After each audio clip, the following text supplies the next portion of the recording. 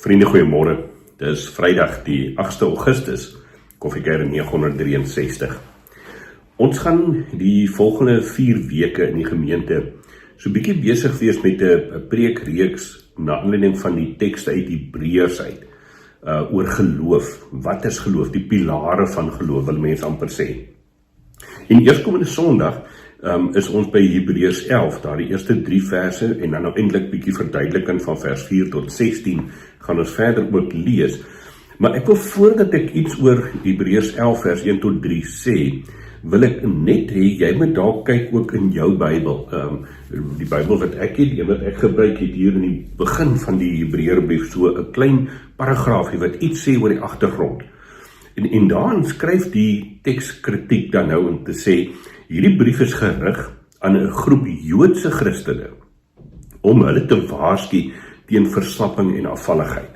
Nou, dit was so gewees dat daar 'n klomp Jode ook tot geloof in Christus gekom het vanuit die Joodse tradisie, natuurlik in Christus begin glo het, maar dan gebeur dit dat na Jesus se hemelvaart, daar 'n klomp van hulle is wat begin wonder, moet hulle nie terug na die ou paaie toe nie, moet hulle nie maar teruggaan na die ou tradisie van die Joodse geloof nie. En dan skryf die skrywer van die Hebreërbrief, ons is nie seker wie dit geskryf het nie, skryf dan nou hierdie brief aan hierdie klompie Joodse Christene, om hulle eintlik aan te moedig om nie te verval nie, om nie afvallig te raak van die geloof in Jesus Christus nie. Want hierdie ouens het baie vrae gevra, soos wat ek en jy sekerlik moes nou ook vandag oor 'n klomp goed vra. En daarom wil ek sommer begin deur te sê vir 'n oomblik, as jy vir iemand moet verduidelik wat is geloof, hoe sou jy dit doen? Wat sou jy vir iemand sê, wat is geloof? En pertinent dan nou meer om te sê, wat glo jy? Want op die ou en vriende is dit die vraag waarmee ons as Christene baie keer gekonfronteer word in hierdie lewe. As die lewe so 'n bietjie deur mekaar hardloop, as goed uit mekaar val op 'n manier, wil mense amper sê, dan vra mense, maar julle Christene glo mos nou dat God 'n God van liefde en genade is, dat God 'n beheer is van die wêreld. So, hoe verduidelik jy dit nou? Hoe moet ons dink oor geloof? En dan kom die skrywer van die Hebreërbrief, in hierdie konteks waarin hierdie ouens baie vrae gevra het ook oor hoe werk goed is, en waar is die wederkoms nou in, waar is God se, dan kom hy en hy sê in Hebreërs 11 vers 1 baie bekende woorde, wat jy sekerlik al baie in jou lewe gelees het. Hy sê, om te glo is om seker te wees van die dinge wat ons hoop, en om oortuig te wees van die dinge wat ons nie sien nie. Hoor jy die pragtige woorde nie, 'n definisie van geloof. Dis om oortuig te wees, seker te wees van die dinge wat ons hoop, en oortuig te wees van die dinge wat ons nie sien nie.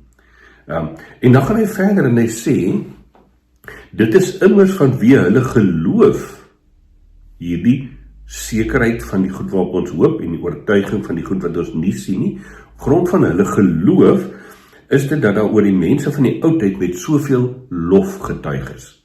Mense wat in geloofsafhanklikheid van God geleef het. En dan gaan hy skryf verder en hy sê vir hierdie klompie Joodse Christene nou, omdat ons glo, weet ons dat die wêreld deur die woord van God geskep is. Die sigbare dinge het dus nie ontstaan uit iets wat ons sien nie. En vriende, as ek nou vanmôre oor hierdie teks kan nadink, dan wil ek vir jou eintlik daardie ding onderstreep om te sê, glo ek en jy nog in die onsigbare werklikhede wat God vir ons geskep het? Is ons oortuig daarvan? Van hierdie goed wat ons nie kan sien nie, God se liefde, God se genade, sy koninkryk wat in die uitbou is ons oortuig van hierdie goed wat ons nie kan sien nie? Tot so mate dat dit harder praat, wil ek amper sê, as die realiteite waarmee ons baie keer gekonfronteer word. Want dis geloof. Nou, ons gaan Sondag in die eredienste dit so 'n bietjie verder uitpak. Ek self is by die Kuierkerk en my kollega Kirsten Smol is by die Kleinmondkerk gebou, so haar erediens gaan uitgesaai word en jy kan daarbey inskakel.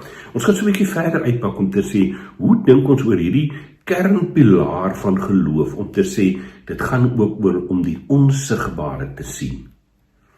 En hoe help dit ons dan nou om om te volhard in die geloof. Hebreërs 10 se laaste perikoop gaan juis oor hierdie volhard in die geloof.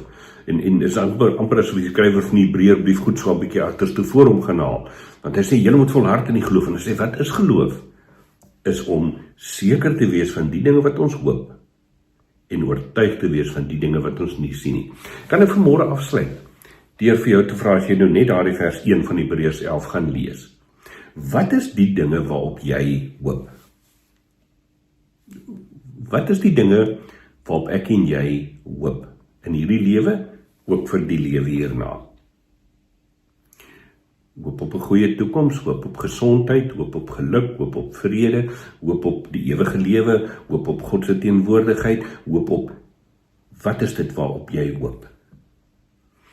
Geloof, sê die Hebreërbriefskrywer vir ons, is om seker te wees van daai dinge. Om seker te wees van die dinge waarop ons hoop. En die tweede deel, wil ek amper sê, van die definisie is om te sê, dit is om oortuig te wees van die dinge wat ons nie kan sien nie. Vriende, in hierdie boek, die woord van God, die Bybel, kom God en hy openbaar deur sy gees in ons 'n klomp werklikhede waarop ons kan hoop. Hy kom verduidelik vir ons en kom beliggaam dit deur sy gees in ons lewens. 'n Klomp goed wat ons nie noodwendig kan sien nie. Maar wat die Here vir ons sê, dis geloof. Daarin vas te hou. En daai vashou is ook net sy genade, natuurlik nie. Maar om daarin vas te hou te sê, ek glo. Glo jy? Leef ek en jy as gelowiges? Mag dit in ons lewe sigbaar word elke dag. Kom ons bid saam.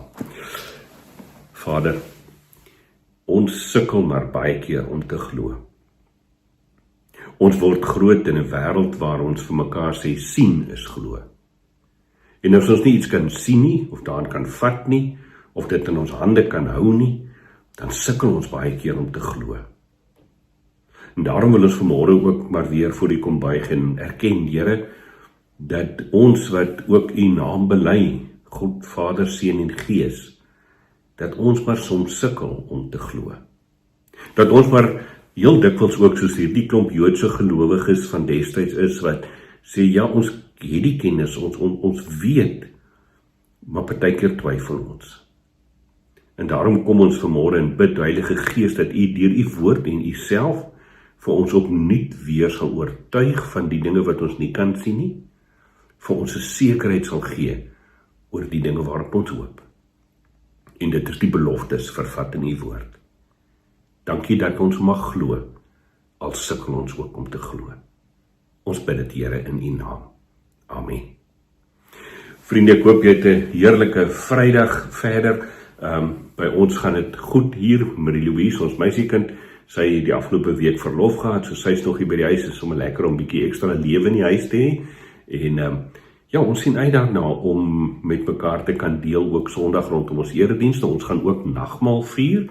So as jy aanlyn gaan inskakel, maak tog maar vir jou tekens van brood en wyn of druiwesap, wat dit ook al is, maak dit maar gereed, dat jy ook saam met Kirsten en die gelowiges hier in Kogelberg se Kleinmond Kerk kan die nagmaal vier. Intussen tyd, hou die koffiebekers vol en bly vashou aan die dinge waarin ons hoop en die goed wat ons nie kan sien nie. Laat ons oortuig wees daarvan. Dis geloof. Mooi loop.